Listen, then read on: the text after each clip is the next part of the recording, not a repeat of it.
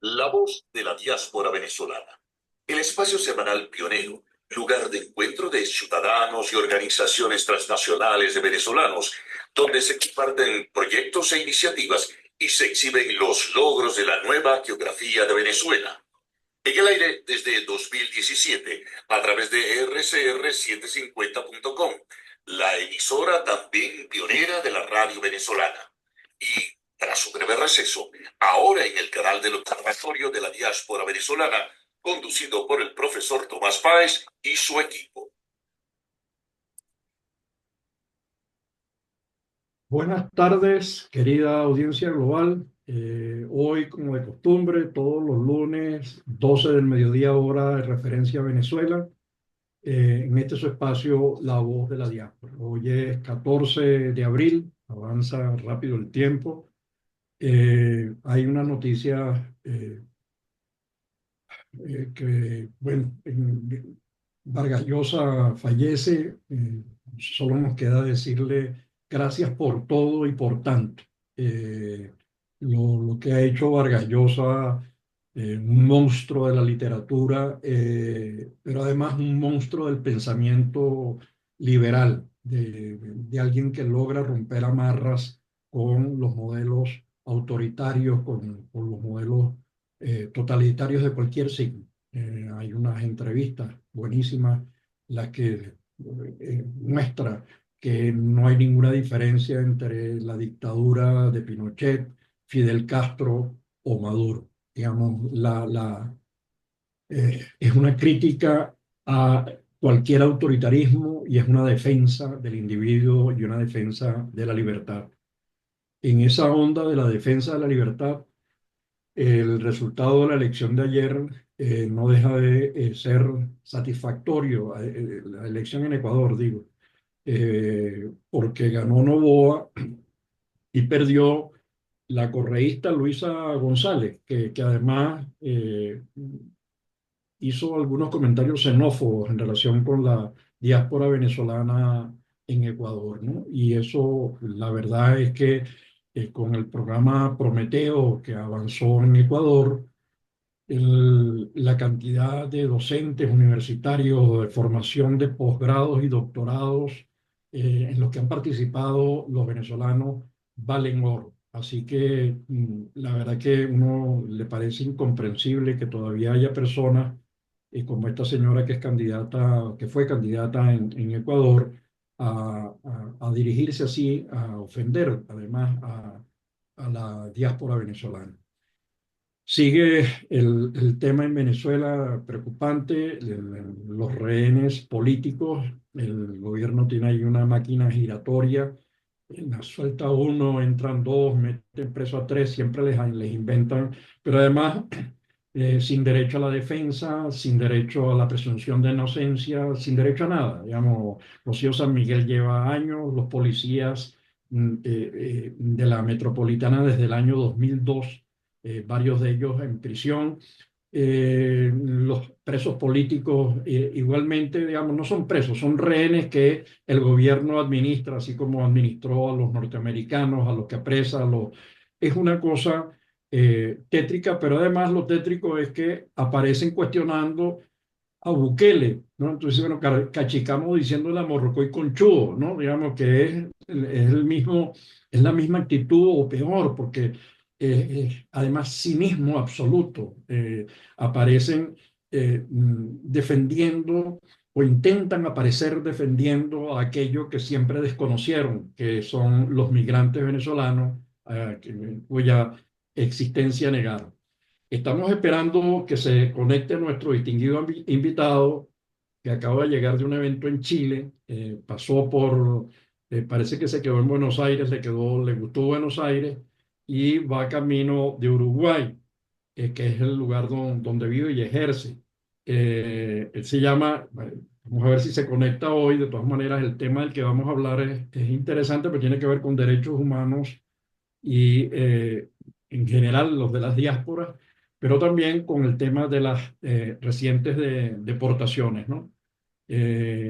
Diego es especialista en derechos humanos, es abogado, es presidente de una asociación y de una organización, Agenda de Derechos Humanos, fue premiado con el premio, valga la redundancia, Herbert Humphrey, donde cursó una especialización en el tema este de derechos humanos. Esperemos que se pueda conectar pronto para arrancar con el programa y antes de iniciarlo, déjenme presentar a nuestra compañera del programa, la profesora Julieta Casó, quien también viene de Chile. Ve. Julieta es sociólogo, maestría en psicología y miembro de la directiva del Observatorio de la Diáspora y presidente de Guáramo, una organización que defiende los derechos humanos y la inserción de la mujer fundamentalmente, pero no solo en el mercado laboral eh, argentino. Acaba de venir también de Hola América, un evento que congregó a invitados de lujo en Chile. Ella participó como invitada, como una de esas invitadas. Y entonces, bueno, yo creo que vamos a aprovechar para que nos hables de lo que ocurrió allí con Hola América, del evento, y luego esperemos que se conecte Diego para entrar en el tema de las diásporas y los derechos humanos y el tema de la deportación. A ver, profe, gracias.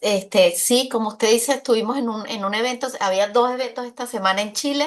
Uno era el que estamos participando las organizaciones y los líderes sociales que trabajamos el tema de todo lo que es innovación social relacionado con la migración. Porque Hola América está lanzando una aceleradora que lo que busca es, se definieron de alguna manera unos ejes centrales en los cuales trabajar que puedan como mejorar un poco esta inserción, sobre todo de empleabilidad o productiva, como lo llamamos, de los migrantes en distintos países. Estábamos trabajando en 4 países de la región y desde 3 enfoques. Uno es el tema de las habilidades, de cómo nosotros podemos manejar las habilidades que traen los migrantes más allá de un título universitario o un oficio, ¿no? ¿Qué conocimiento trae ese migrante que lo podemos de alguna manera tomar en cuenta para que pueda ser utilizado para la inserción no solo más rápida, sino más efectiva, ¿no? Es decir, un poco la idea es como convalidar saberes y poder reconocer que aquel que migra más allá de un título, una formación profesional, tiene un montón de conocimientos que pueden servir para esa inserción. Eso por un lado tenía el tema de las mujeres y lo que es toda la em, integración financiera de las mujeres, tomando en cuenta además que las mujeres, como decimos nosotros siempre, la migración tiene rostro femenino y las mujeres, en el caso de la migración, Se te cortó ay, el a ver, sonido. ahí me escucha. Mientras Julieta recupera el sonido, seguimos con el tema. Vamos a ver si se incorpora Diego.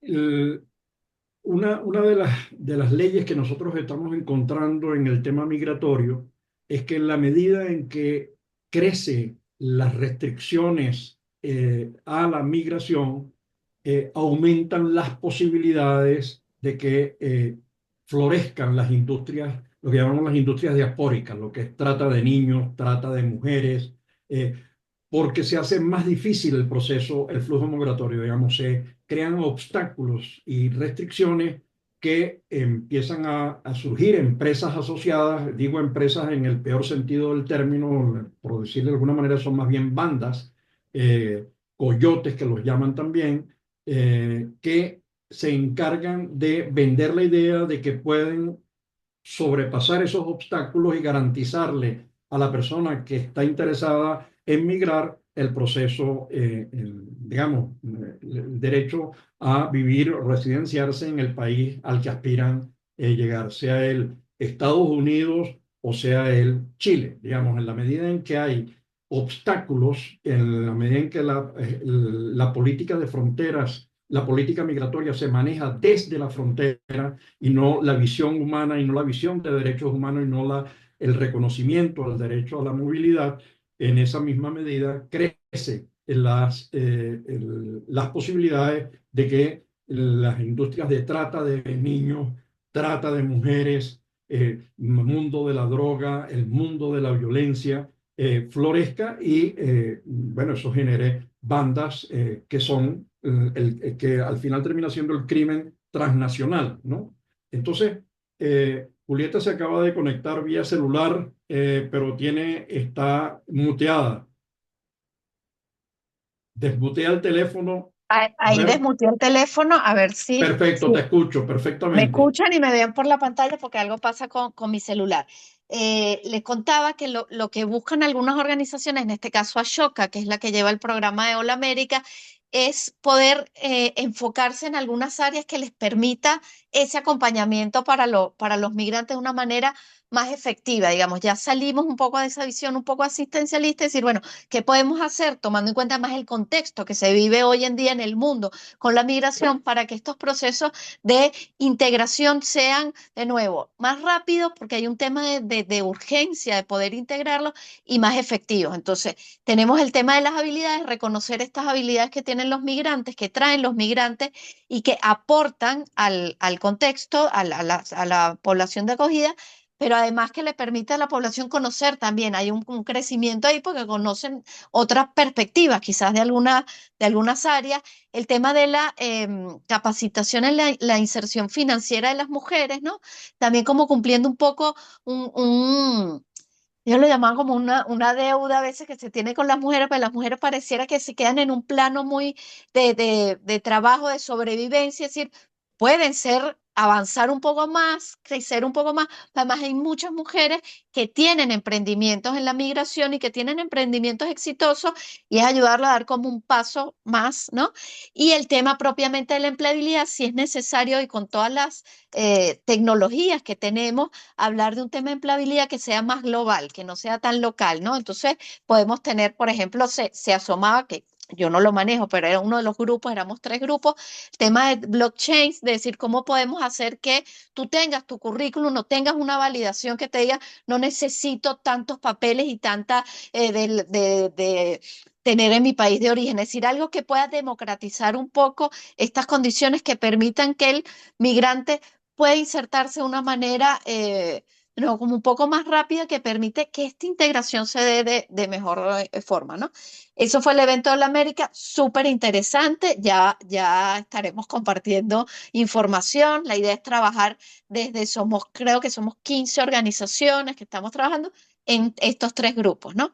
Y después, que fue muy interesante también, se dio el primer Congreso de Movilidad Humana en Chile que estaba apoyado por universidades, por centros de formación, por el Servicio Jesuita Migrante, y que se buscaba reunir, es decir, había 39 mesas, estuvimos trabajando, creo que eran más de 200, 300 participantes, era mucha gente en distintos salones y te permitía tocar todas las problemáticas, yo lo llamaría problemáticas como áreas de enfoque que podemos asociar no solo con la migración en general, sino con algunos sectores en particular, ¿no? Porque sabemos que es muy distinto la forma de que se integra o la forma que se vive la migración, y nosotros lo hablamos, no migramos de países, sino a localidades de localidades en México que en el sur de Chile, por ejemplo. Y se veía cosas interesantes, pues después que participabas en mesas, yo traté de participar en mesas que no tuvieran nada que ver una con la otra para ver si podíamos sacar como un hilo, decir, cuál es ese discurso que nos está conectando a todos, ¿no? A todos los distintos investigadores, éramos muchos investigadores que queremos entender de nuevo cómo seguimos acompañando a los migrantes, cómo se sigue haciendo esto. Quizás uno como venezolano está muy enfocado en esa trayectoria que hoy decimos, hoy la migración, lo que nos planteamos investigar hoy como observatorio, inclusive yo como parte del observatorio, es muy distinto a lo que pensábamos, a lo que queríamos investigar hace 5 años, ¿no? Pero además decían, cuando se planteó el Congreso, que fue hace 7 meses atrás, más o menos, el contexto migratorio era completamente distinto. Entonces, las mesas, los ejes temáticos, el enfoque que se pensaba tener, incluso en los trabajos que se aceptaron, hoy había algunos investigadores que decían, yo lo voy a presentar, pero esto ya no responde a la realidad. Eran investigaciones en México, decía, no responde a la realidad que está pasando hoy en día.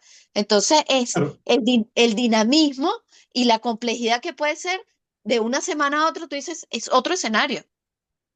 completamente. Fíjate, y hablando entonces del tema de derechos humanos, que era un poco el propósito del programa del día de hoy, yo creo que Diego se le enredó todo así que no sé si vamos a poder contar con él, lo haremos si no en otra oportunidad.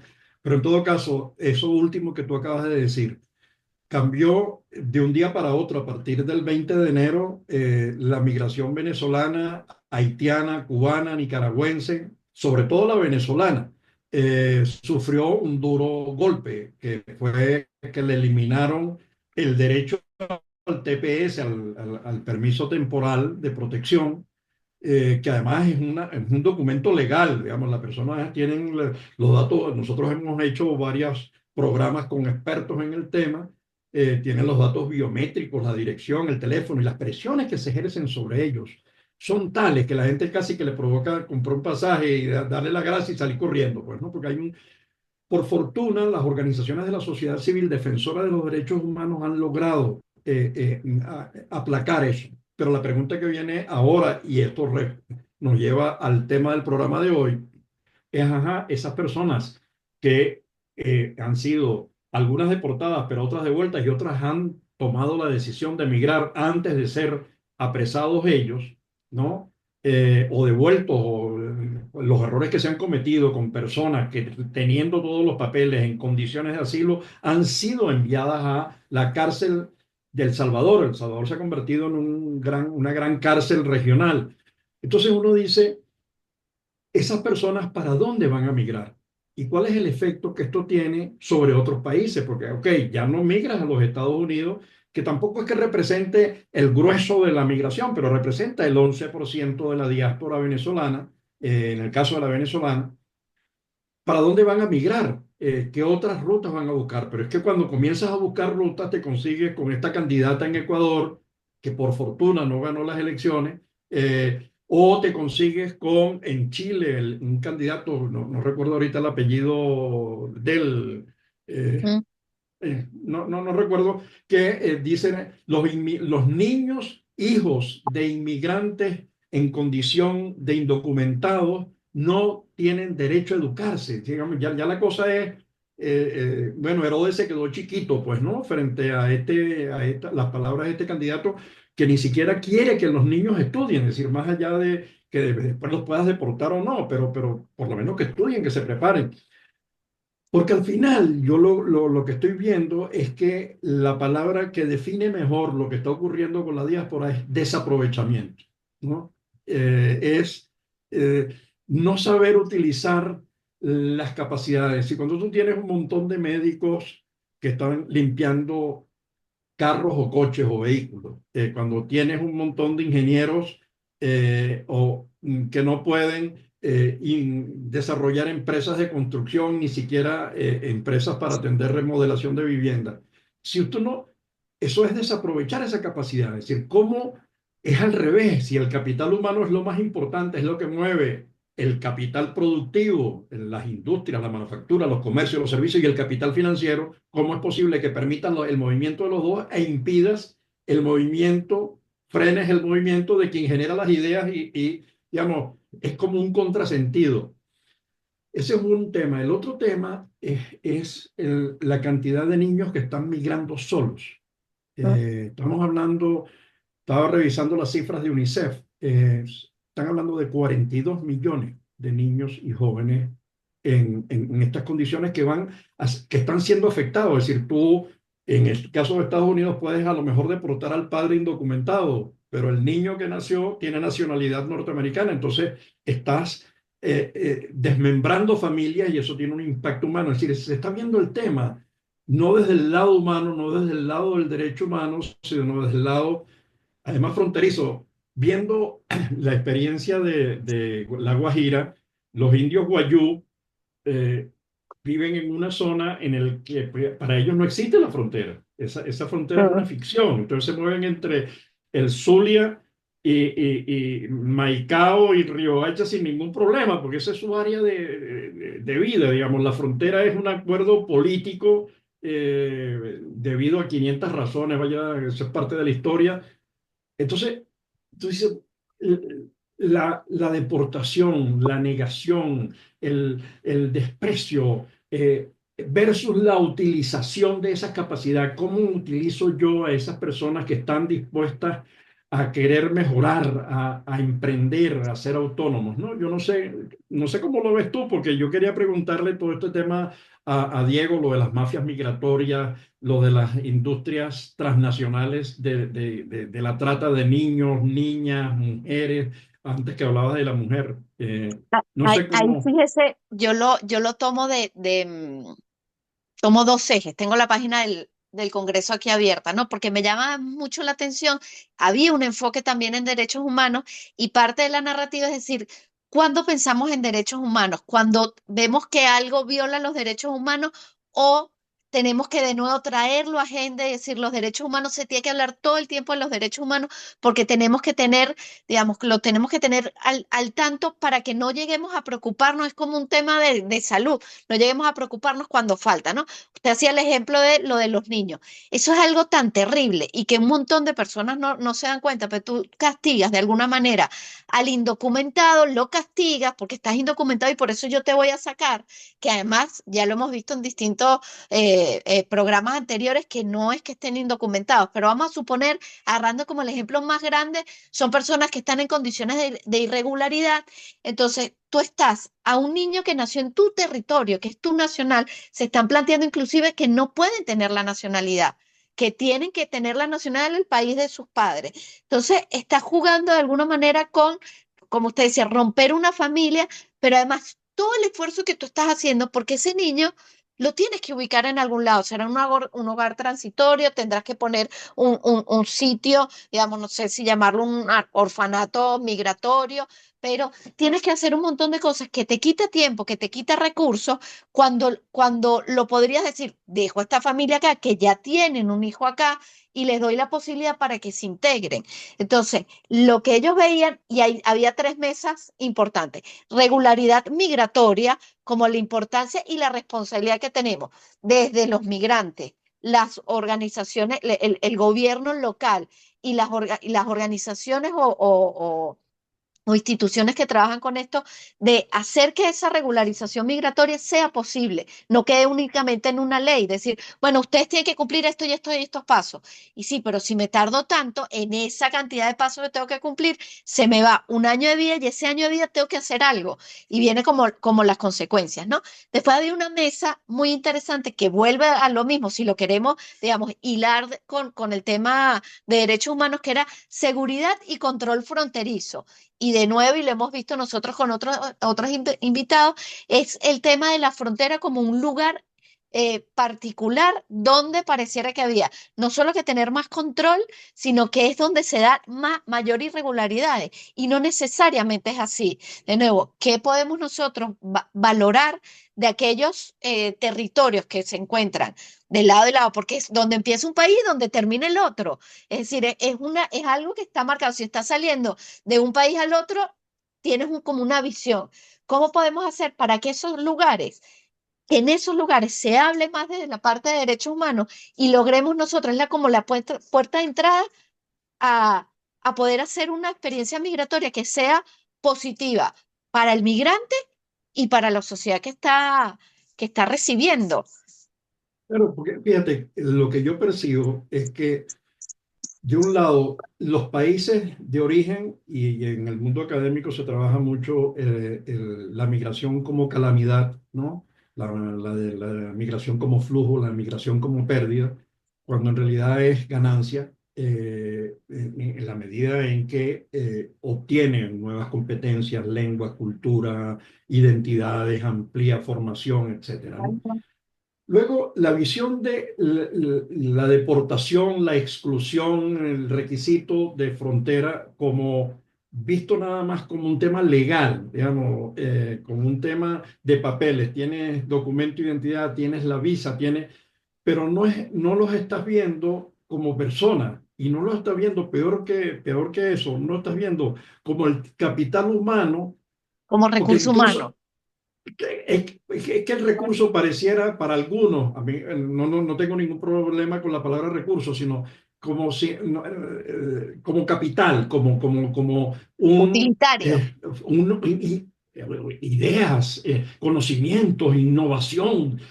Tú dices, una persona que llega que está dispuesta a trabajar en este país, que está dispuesta a aprender esta lengua, digamos, el portugués que llegó a Venezuela o el italiano que llegó a Venezuela está dispuesto a aprender algo nuevo, está dispuesto a quemar naves, y nosotros supimos aprovecharlo en Venezuela, el sector construcción, el sector agrícola, el sector servicio, creció con la migración. Entonces, pero es que no es solamente se trata de regularizarlos e integrarlos, eso es una faceta importantísima, clave para poder sacar provecho de ese capital humano.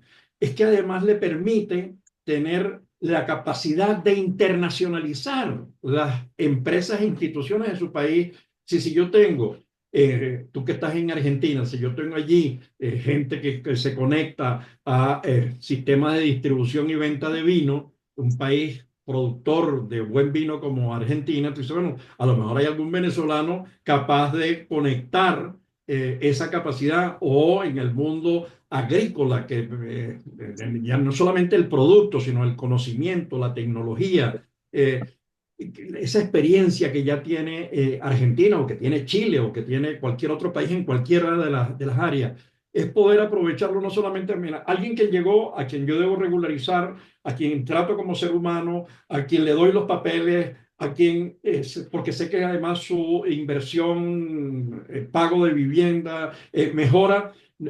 Todo eso es verdad, pero es que además tiene un plus que no tienen otras cosas, que es esa persona me sirve, me es útil, puede ser beneficioso para ella y para el país de acogida para la internacionalización de sus instituciones, de sus universidades, de sus centros de investigación, de sus redes productivas, etcétera, etcétera, ¿no?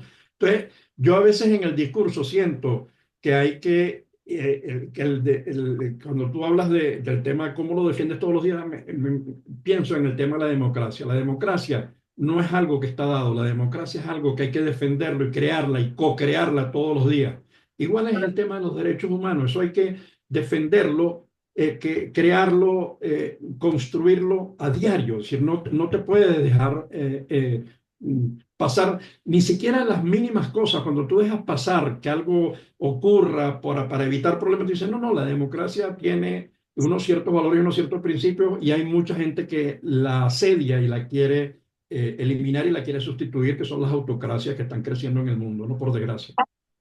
Ahí yo agregaría dos cosas que ahora ahora que me recordó. Se conectó Diego, pudo conectarse Diego. Ahí está. Agrego algo rapidito. El tema de nuevo, hola Diego, de los derechos humanos, bajarlo a un discurso donde todos somos responsables y todos tenemos algo que aportar en ese discurso, porque una de las cosas que decían ahí en el Congreso es, parece que los derechos humanos son temas que discuten aquellas personas o aquellas profesiones que están relacionadas con la defensa de los derechos humanos. Y es que los derechos humanos no se defienden, los derechos humanos es como usted dice, es la democracia. Hay momentos en donde los tienes que defender, pero en realidad tiene que ser como un valor constante en la construcción diaria de la convivencia, de la relación con el otro.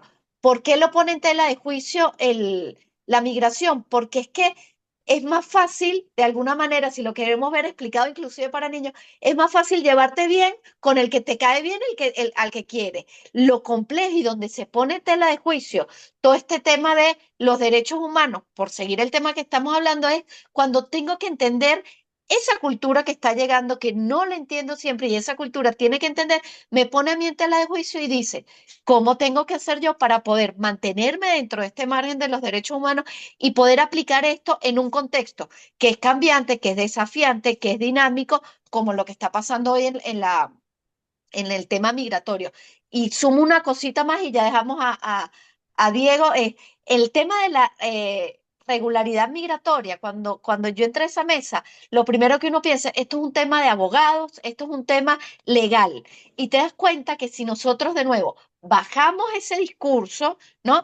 Y todos, a mí la palabra empoderar no me gusta mucho, pero nos empoderamos de esa responsabilidad, tú dices, todos tenemos algo que aportar en este tema de la regularidad migratoria, ¿no? Desde el migrante, desde los que no están relacionados con ese migrante o con esos grupos de migrantes, pues se hablaba más como, de hecho no se hablaba de migración, sino de movilidad, que le quita peso al migrante, ¿no? Claro, Entonces, claro. yo digo, ¿qué puedo aportar yo, por ejemplo, qué pudiera aportar yo desde Guáramo y desde Julieta Caso, que siempre digo, yo trabajo en la parte de desarrollo humano y, no me, y le sacas un poco el cuerpo al tema de la regularidad, pues tú dices, esos son trámites, eso es complicado, eso es para abogados, y Claro. tú dices, ¿cómo lo puedo hacer? Porque para mí, y lo que me queda a mí del Congreso es que nosotros todos tenemos Escucha, que ponernos, se te cortó, eh, ajá, ahora todos, sí. todos tenemos que ponernos la camisa de los derechos humanos y ver desde dónde nosotros no es que lo defendamos, es que lo ejercemos continuamente en función, en el caso de nosotros, con la migración, ¿no? Y es súper interesante. Yo después voy a compartir porque recién llegué hoy a las 4 de la mañana, así que tengo mucho de procesar, pero en un próximo programa podemos hacer ese análisis. Ahora ya llegó nuestro súper Bueno, invitado, nuestro así que distinguido invitado ya lo habíamos presentado, currículum completo, así que Diego, nos ahorramos la presentación. Gracias por aceptar la invitación. Sabemos que estás enredado de tiempo y de lugar, porque estás ahorita en Buenos Aires en tránsito hacia, seguramente hacia Uruguay.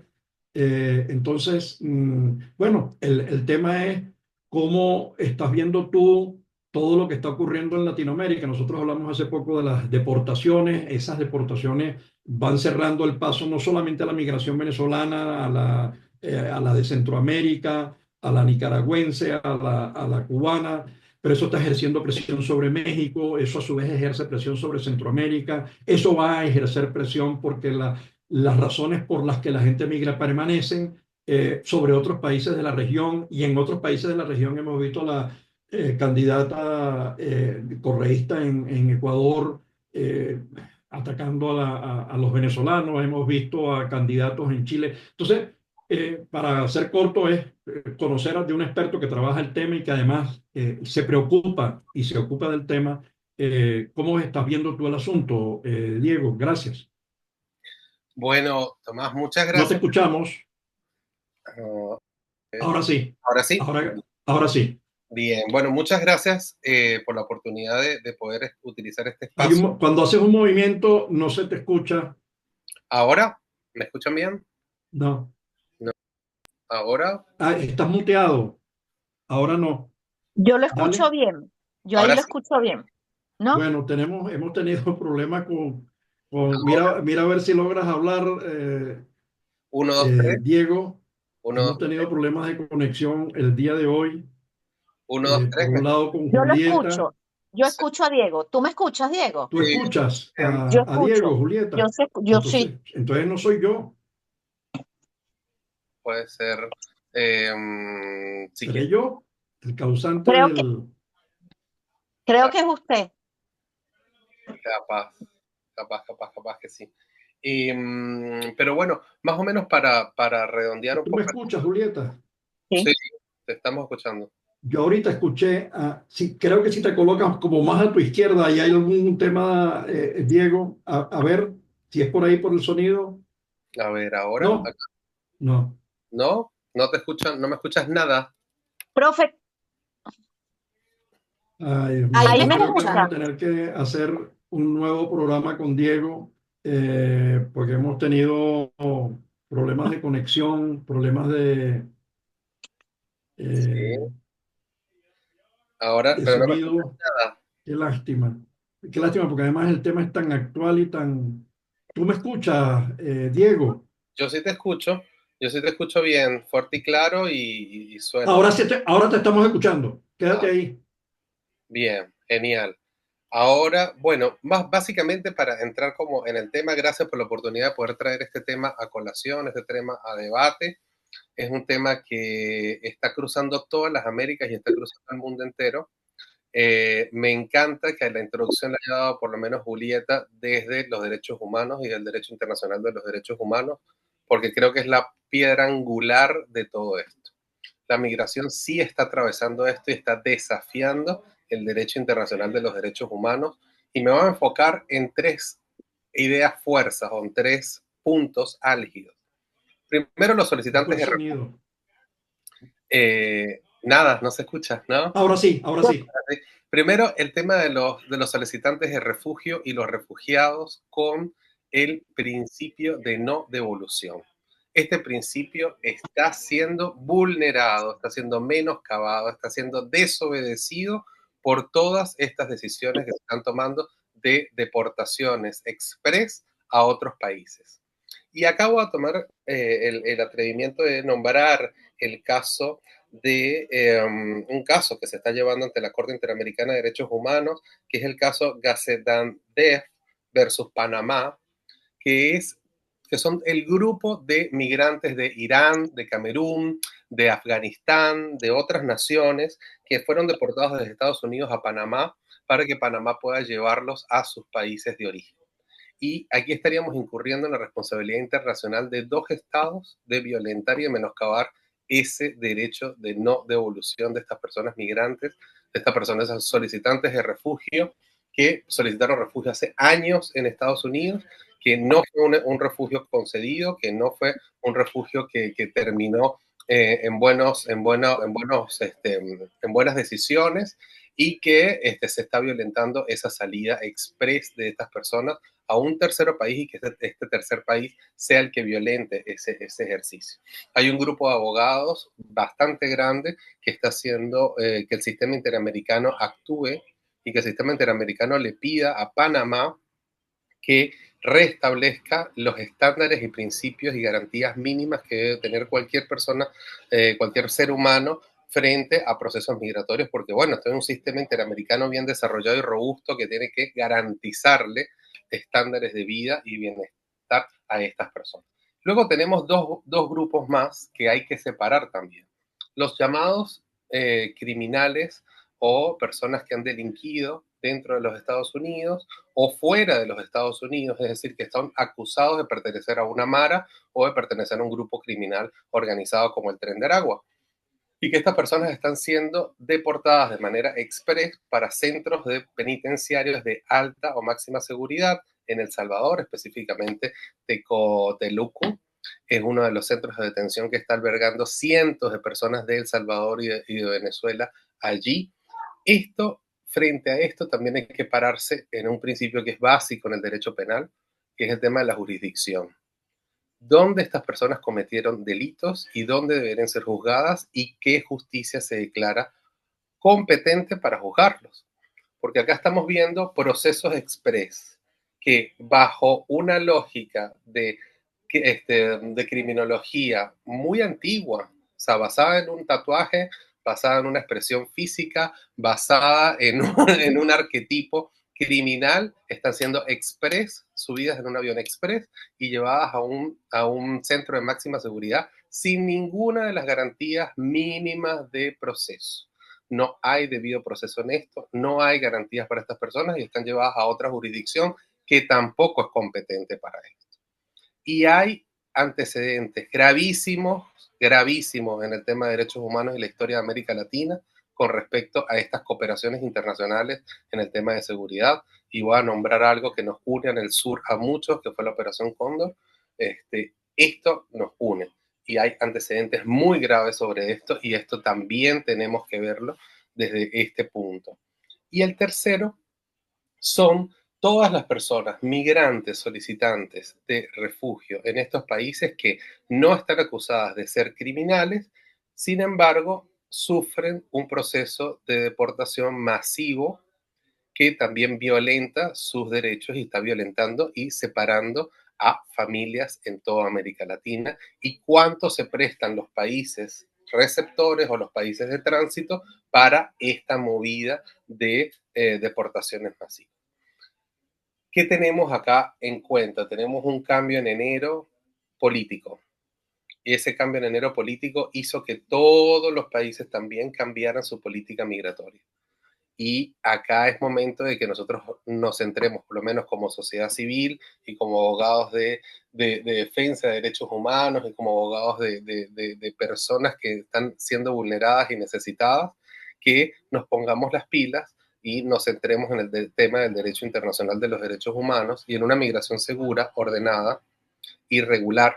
Estas personas cumplieron, muchas de ellas cumplieron todos los procesos para regularizarse en sus países. Y por un hecho del príncipe, que también en el derecho se ve, es decir, una decisión posterior a la decisión administrativa que tenían ellos para regularizarse, fue que quedaron en el aire. Miles de ellos quedaron en el aire, miles de ellos se irregularizaron, por así decirlo, o se perdieron su estatus regular en esos países y producto de ello tuvieron que enfrentarse a una deportación. Diego, Uh-huh. Diego, escuchándote, todo eso que tú señalas, no habría que agregar a ello dos nociones fundamentales del derecho en el que tú, área en la que tú eres experto. El derecho a la presunción de inocencia, digamos, tú tienes que demostrar que yo soy, porque además yo creo que yo he insistido muchísimo yo creo que hay una leyenda urbana en relación con el Tren de Aragua, que es más leyenda que realidad. Y entonces tras esa cosa que además se ha llegado a decir que ha puesto en peligro a Estados Unidos, tú dices, bueno, pero esto ya es el acabose, pues, ¿no? Esto ya ni siquiera es un gobierno en Venezuela, sino una cosita que es una banda, la responsable de poner en peligro otro país. Entonces, la presunción de inocencia por un lado y el derecho a la defensa por el otro, ¿no? Digamos, esas dos cosas. Y en tercer lugar, es que todas esas personas, creo que lo estaba señalando en el último punto, todas esas personas tienen información biométrica, tienen los papeles, tienen los antecedentes y si no los tienen, digamos, el sistema de vigilancia y de policía y de seguridad puede perfectamente identificar quién es la persona y sus antecedentes en conexión con. Entonces, digamos, porque no es gente que estaba en condición irregular, era gente que estaba en condición regular, que era el TPS, además extendido, y luego el parol, que era también otra política de gestión de migraciones y de movilidad humana por parte de Estados Unidos. Eso no afecta también, eso no habría que incluirlo en el paquete de cuestionamientos a las decisiones que se han tomado.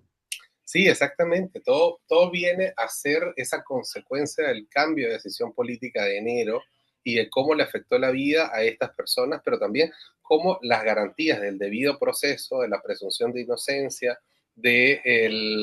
una debida investigación judicial y que en base a pruebas es que se lleven estos procesos, porque no solo el hecho de ser venezolano o ser latino está acusando a todas estas personas que pertenecen a este grupo dentro de ciudades de Estados Unidos para llamar al ICE, para llamar a los operativos de seguridad para hacer redadas de migración en centros sociales, en espacios cívicos de los Estados Unidos, solo bajo la presunción de ser latino y de ser un migrante ilegal. Y que encima en estos grupos criminales o llamados grupos criminales, ahí es donde hablé mucho del tema de la jurisdicción, porque si hay una solicitud de aprehensión sobre esta persona por haber cometido un delito, bueno, esa solicitud de aprehensión viene de una jurisdicción, viene de un estado, de un país que la está solicitando. En este caso, nadie la está solicitando. Son los mismos Estados Unidos que está declarando de que este grupo es un grupo peligroso y que debe ser aprehendido y que debe ser expulsado del país. Genial. Pero, ¿qué delito cometió? La justicia, ¿dónde lo va a condenar? La justicia que lo condena, la justicia que lo busca, la justicia que lo imputa, es la que debe hacerse cargo. En este caso, la justicia no quiere hacerse cargo de esta persona bajo su jurisdicción nacional, sino quiere que un tercer estado lo haga y que un tercer estado lo deporte.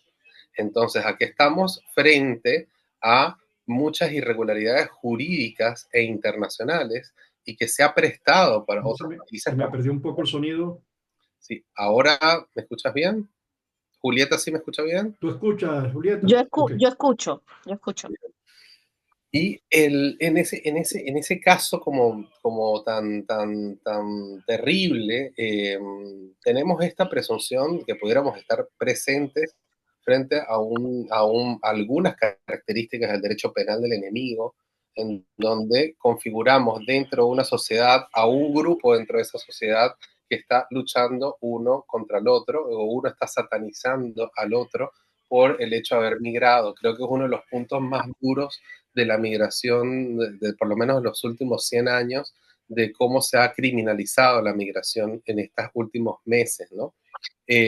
Aquí también tenemos que hacer un punto y aparte del tema de la notarización por el ius solis en Estados Unidos también, que es todo este debate que se está haciendo, de que si no tienes familia americana y naces dentro de los Estados Unidos, este punto se está llevando a la Suprema Corte de Justicia para ser revisado, y estamos hablando de que es uno de los fallos más históricos de la Suprema Corte de Justicia de los Estados Unidos, que bueno, fue el caso, es un caso que tiene más de 100 años sobre que sentó precedentes en la Suprema Corte de Justicia de los Estados Unidos de adquirir la nacionalidad bajo el ius solis de haber nacido dentro del territorio de los Estados Unidos, de adquirir la nacionalidad así, y que se pongan a revisarlo en este momento es parte de esa criminalización a la migración, es parte de toda esa voluntad política de decir, bueno, hasta acá y no queremos ser ahora, de acá en adelante, solo nosotros y no alguien más. Es más de esa retórica de ellos y nosotros, y que se pueda configurar una nueva población, y que esa población tenga más privilegios unos sobre otros, incluso al haber nacido dentro de los Estados Unidos. Fíjate, te interrumpo un segundo, Diego, para hacer un comentario y hacerte una consulta, ¿no? El tema de los derechos humanos desde la perspectiva de la psicología social, que era una de las mesas también que estaba ahí en el Congreso, en, quizás la pregunta como paraguas era, ¿en qué momento, y como tú dices, arranca toda esta nueva discusión desde enero para acá, que pareciera que hubiesen pasado 2 años y han pasado 3 meses, ¿no? Y tú dices, ¿en qué momento se logró introducir que no nos dimos cuenta que venía, ¿no? Es como cuando tú dices, ahí viene la ola y cuando te das cuenta la estás pasando por abajo, ¿no?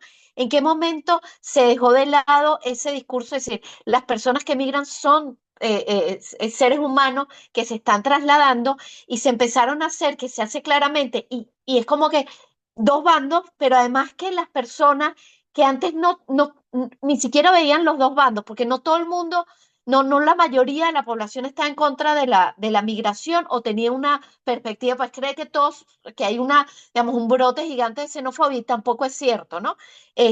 Nos obligan de alguna manera, es como la polarización, en la política es la polarización de la migración. Entonces, por un lado está el local que siente que te están diciendo cuidado con el migrante, hay que defendernos, y justifican ciertas acciones que van muy alejadas de los derechos básicos humanos, no estamos haciendo ni siquiera hincapié en decir derechos como más específicos, pero además también el migrante se empieza a ver como un sujeto de me van, me van a sacar, me van a hacer esto. Entonces, a nivel psicológico, generas estrés de ambos lados, que la única visión es, los dos no podemos convivir en el mismo lugar, entonces te salvas tú o me salvo yo.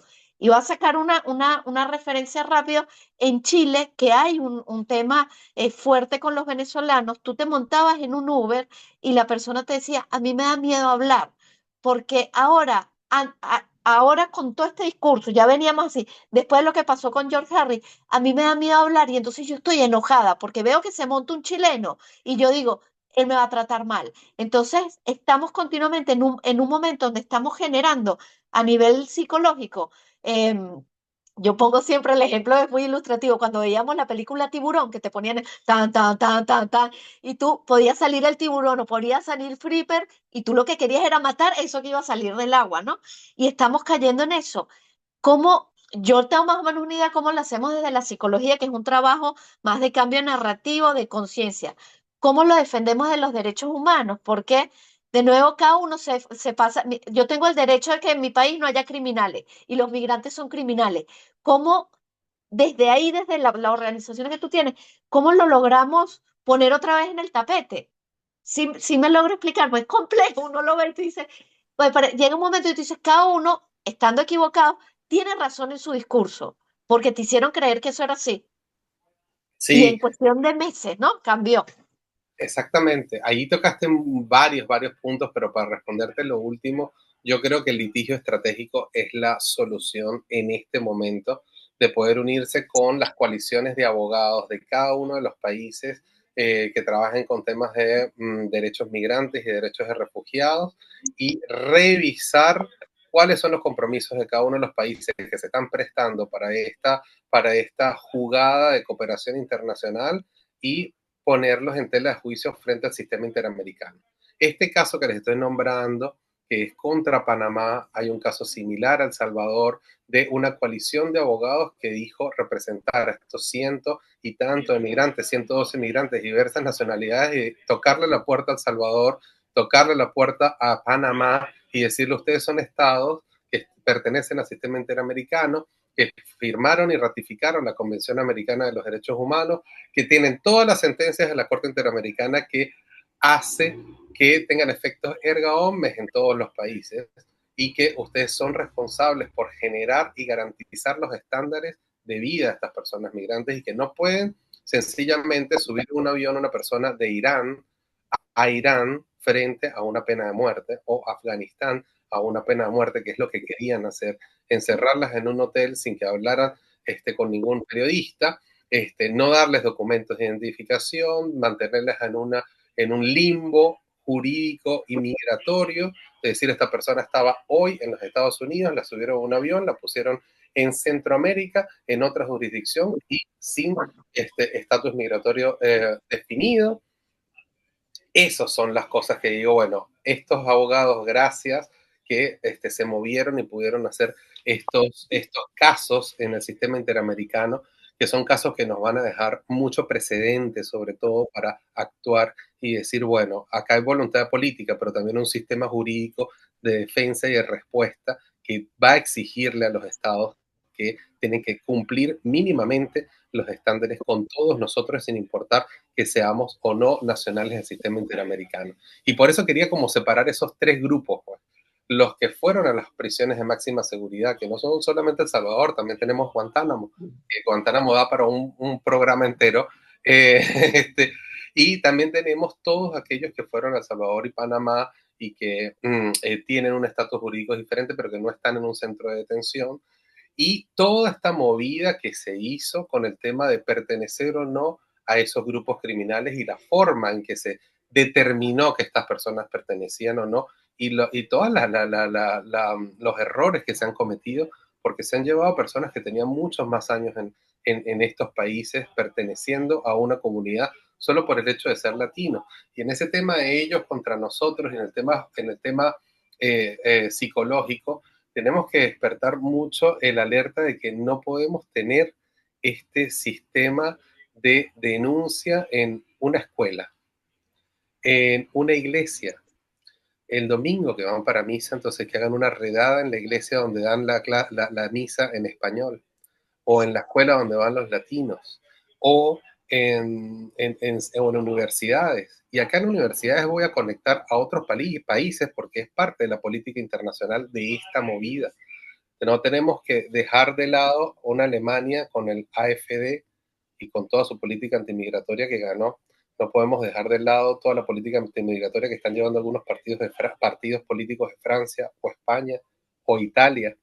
Y no olvidar tampoco la Argentina, que en enero también el presidente Javier Milei hizo algo que para mí, por ejemplo, como latinoamericano y que he estudiado en varias universidades de Argentina y universidades nacionales, cambia la compostura o cambia la composición de la universidad pública argentina, que es una universidad pública abierta, y decir que, bueno, que ahora los estudiantes extranjeros tienen que pagarla y pagar un canon diferente y pasar por un procedimiento diferente al ser extranjeros y acceder a la universidad, cuando la universidad pública, al contrario, más bien se beneficia o se nutre de todas esas diferentes miradas y perspectivas. Así es. Más esa América Latina grande y hermanada que tenemos, y ese sistema de universidades que dices, bueno, en tal país conozco a la gente de la UBA, conozco a la gente de la UCB, conozco a la gente Pero Diego, ya estamos sobre tiempo, digamos, Sí. lástima que no pudimos conectarnos, pero tenemos que hacer un programa contigo